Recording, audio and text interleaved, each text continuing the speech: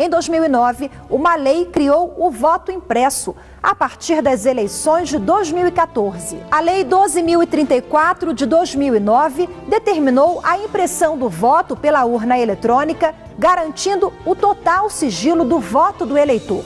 Mas, para a Procuradoria-Geral da República, essa norma fere princípios constitucionais. O artigo 5º da Lei 12.034 de 2009, que cria o voto impresso, estava suspenso desde 2011, quando uma liminar foi concedida pela Suprema Corte. Os dispositivos foram questionados pelo Ministério Público Federal na ação direta de inconstitucionalidade número 4.543. O que se pretendeu, na verdade, foi a garantia de verificabilidade do voto pelo eleitor. Vale dizer, a adoção de medidas que assegurem ao eleitor que o seu voto seja devidamente registrado e contabilizado. Ocorre que tais medidas podem propiciar condições evidentemente não intencionais de quebra do sigilo de voto e comprometendo a própria finalidade desse aperfeiçoamento pretendido. O parágrafo 2º da lei dispõe que, após a confirmação final do voto pelo eleitor, a urna eletrônica imprimirá um número único de identificação do voto associado à sua própria assinatura digital.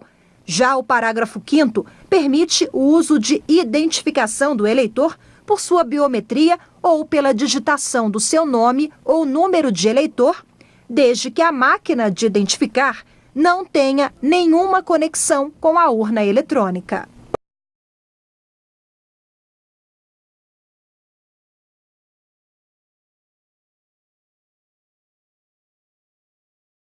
A União fez juntar, a advocacia já fez juntar nos processos, assim como o amigo Scuri, vários estudos que mostram as dificuldades, as fragilidades potenciais que um processo eleitoral tem em face de adotar exclusivamente um sistema virtual de controle, um sistema eletrônico de controle, sem permitir um sistema comparativo externo que permita, como a lei estabelece, permita, digamos, por amostragem, garantir a qualidade daquela aprovação, aquela, digamos assim, resultado por urna. E é isso que a lei propõe. Um dos pontos mais sensíveis dessa lei era em relação ao sigilo do voto. O advogado-geral da União defendeu que ele é preservado pela norma. O sigilo nesta opção legislativa não está violado. E não é violado porque a identificação, a assinatura eletrônica, não é a assinatura eletrônica do eleitor no voto, é a assinatura eletrônica da urna.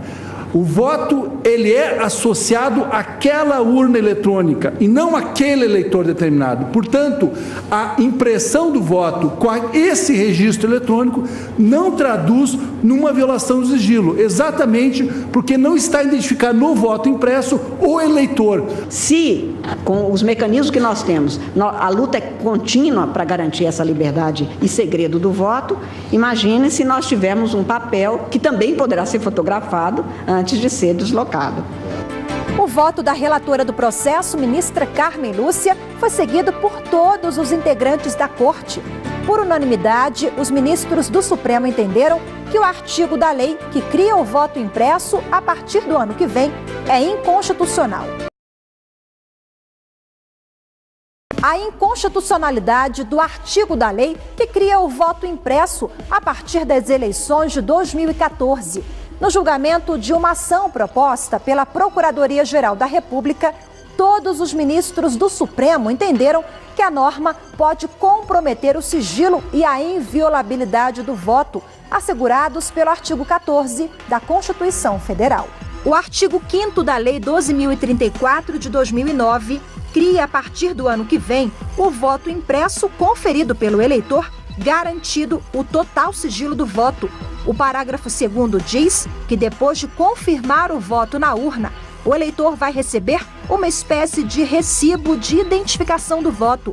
A relatora do processo, ministra Carmen Lúcia, que na época do julgamento presidia o Tribunal Superior Eleitoral, ressaltou que a quebra do sigilo do voto afronta uma conquista importante do cidadão, além de ser um direito consagrado pela Constituição de 88. Se não se há de prestar contas porque o ato é personalismo, o papel serviria para quê num sistema que permite e que se dota de mecanismos de controle, como demonstradas centenas de vezes? Por isso é que me parece ter razão a Procuradoria-Geral da República ao acentuar na petição inicial desta ação que, aspas, a garantia da inviolabilidade do eleitor pressupõe a impossibilidade de existir no exercício do voto qualquer forma de identificação pessoal, a fim de que seja assegurada a liberdade de manifestação, evitando-se qualquer tipo de coação. Por outro lado, afirma também, estou em que tem razão a Procuradoria, tem-se que o sigilo da votação também estará comprometida caso ocorra falha na impressão ou tratamento do papel na urna eletrônica. Isto porque, sendo necessária a intervenção humana para solucionar o problema, os votos registrados até então ficarão expostos ao servidor responsável pela manutenção do equipamento. E no eventual pedido de recontagem de votos neste momento, no caso da impressão, será novamente possível a identificação dos eleitores votantes, fecho aspas. Daí afirmar a Procuradoria-Geral da República que estaria vulnerável o direito constitucional subjetivo ao voto secreto, porque, aspas, a impressão do voto permitirá a identificação dos eleitores pela associação de sua assinatura digital ao número único da identificação impresso pela urna eletrônica, fecho aspas.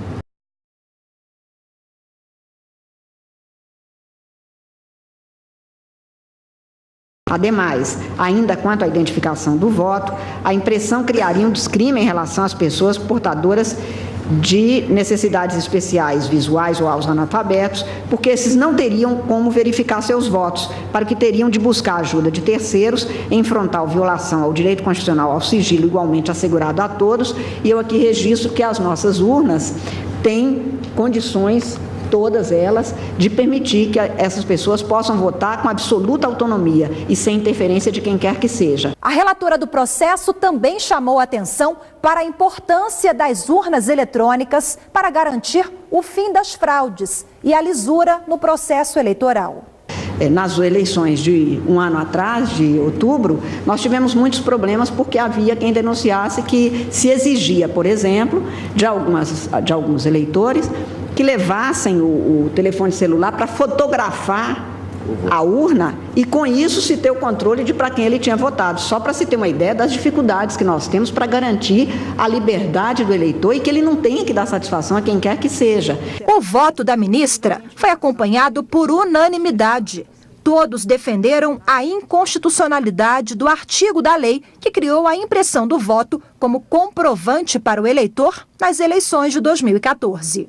Haveria um risco efetivo à confiabilidade do sistema eleitoral por diversas razões.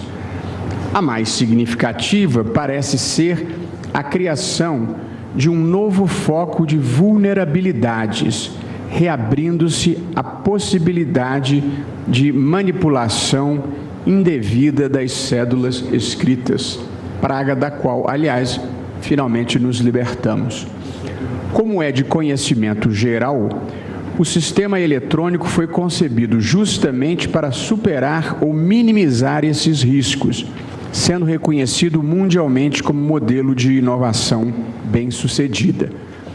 A reintrodução subsidiária de um sistema desacreditado não parece uma forma racional de agregar consistência ao mecanismo eletrônico. Pelo contrário. Durante esse julgamento, em vários momentos, nos votos, os ministros falaram sobre os avanços no processo eleitoral do país, sobre a importância do sigilo do voto e os possíveis impactos do voto impresso na democracia. Democracia é representada pelo binômio representação política e voto direto e secreto. Eu trago aqui lições de direito constitucional no sentido de que a Constituição Federal de 88, a reinaugurar no cenário político nacional a plenitude do regime democrático, firmou premissas sólidas para assegurar que a cidadania seja exercida pelo povo com base legitimante para toda e qualquer manifestação de poder. Assim é que dispõe o parágrafo único do artigo 1º da Constituição Federal, que todo poder emana do povo, que o exerce por meio de representantes eleitos ou diretamente nos termos desta Constituição, instituindo regime que caminham de mãos dadas a representação política e a participação direta com formas de manifestação da vontade democrática, no dizer de José Afonso da Silva no seu curso de Direito Constitucional. Deste modo, tornar o voto, considerado como instituto jurídico absolutamente desprotegido das interferências advindas do legislador ordinário ou mesmo do legislador constitucional, resultaria, em última análise, em fraudar a própria integridade do regime democrático, contaminando-a em sua raiz. A mera possibilidade teórica, ainda que mínima, de que o sigilo do ato de votação se torne devassável, basta, a meu juízo, para legitimar a formulação por parte desta Corte de um juízo de inconstitucionalidade.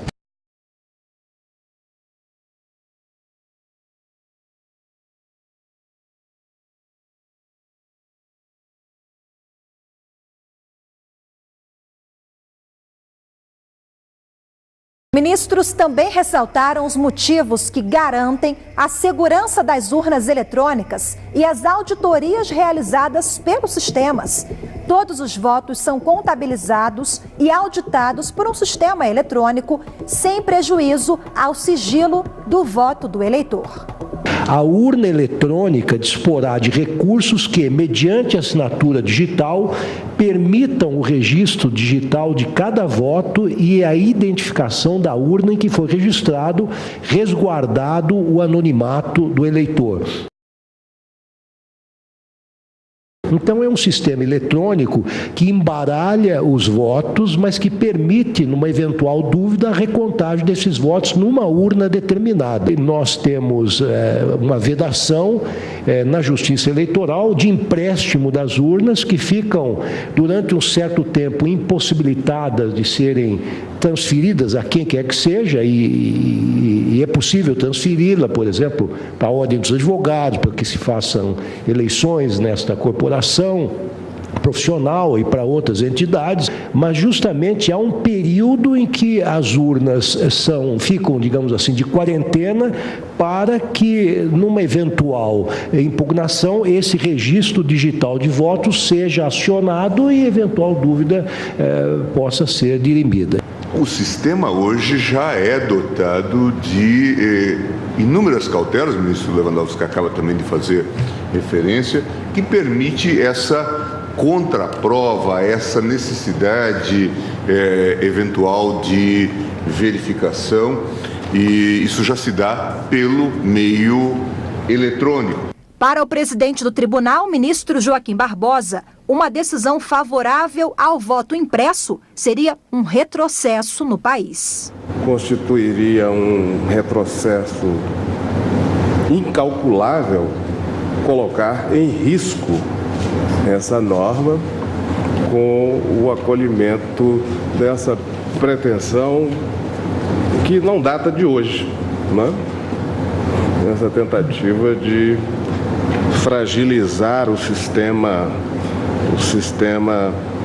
de voto da urna eletrônica que adotamos aqui no nosso país há cerca de 20 anos. De acordo com o Tribunal Superior Eleitoral, o TSE, hoje são 450 mil urnas que durante as eleições estão em operação simultânea, garantindo que os 135 milhões de eleitores votem de forma segura e tenham resultados horas depois do pleito. Se o Supremo não tivesse declarado inconstitucional o artigo que criou o voto impresso, segundo o Ministério Público, os custos para o TSE seriam grandes. O tribunal teria que adaptar todos os sistemas à necessidade da impressão do voto impresso. A gente tem, com certeza, instrumentos que possibilitam um controle. A gente tem a possibilidade, por exemplo, de lacração dos programas da urna. A gente tem, né, isso se dá de forma pública, os partidos são convidados, a própria OAB, e também a própria cerimônia de lacração das urnas, que também conta com a participação de quem quiser. A gente tem também na urna eletrônica um arquivo log, que é um arquivo que estabelece que tudo, absolutamente tudo que acontece na urna eletrônica, tanto de errado quanto de esperado, ele é registrado como se fosse um espelho de tudo que aconteceu naquela urna eletrônica. Então, por exemplo, a emissão da zerésima, quando é que começou a votação, quando é que encerrou a votação.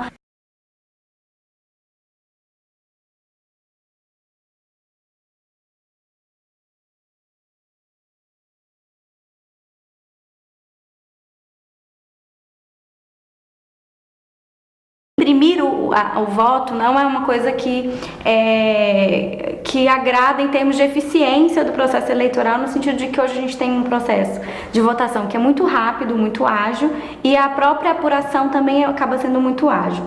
Com a impressão, com certeza isso demoraria muito mais, a gente teria uma demora muito maior de cada pessoa para votar. A gente sabe que impressora não é um equipamento que nunca dá problema, na verdade sempre dá algum problema, enfim, então por conta disso já seria mais trabalhoso. Mas, de qualquer forma, a forma como foi previsto na Lei 2034 permite, de alguma forma, a identificação do eleitor com o voto que ele deu. Por quê? Porque estabelece que a impressão tem que indicar a assinatura digital da urna e o número de identificação do eleitor. Então, isso acaba por ferir o princípio do sigilo do voto, que é um princípio muito caro, é uma cláusula pétrea, não tem como realmente mexer nessa questão. Neste caso, embora talvez não esteja claramente caracterizada a litigância de má-fé, no mínimo, me parece que a lide tem a natureza temerária. E nós precisamos começar a disciplinar, de certa maneira, esta possibilidade infinita de recursos que nós temos. Já temos recursos suficientes para dar conta, além daqueles que beiram a temeridade e a litigância de má-fé. Portanto, até para um efeito pedagógico, eu acompanho o eminente relator integralmente.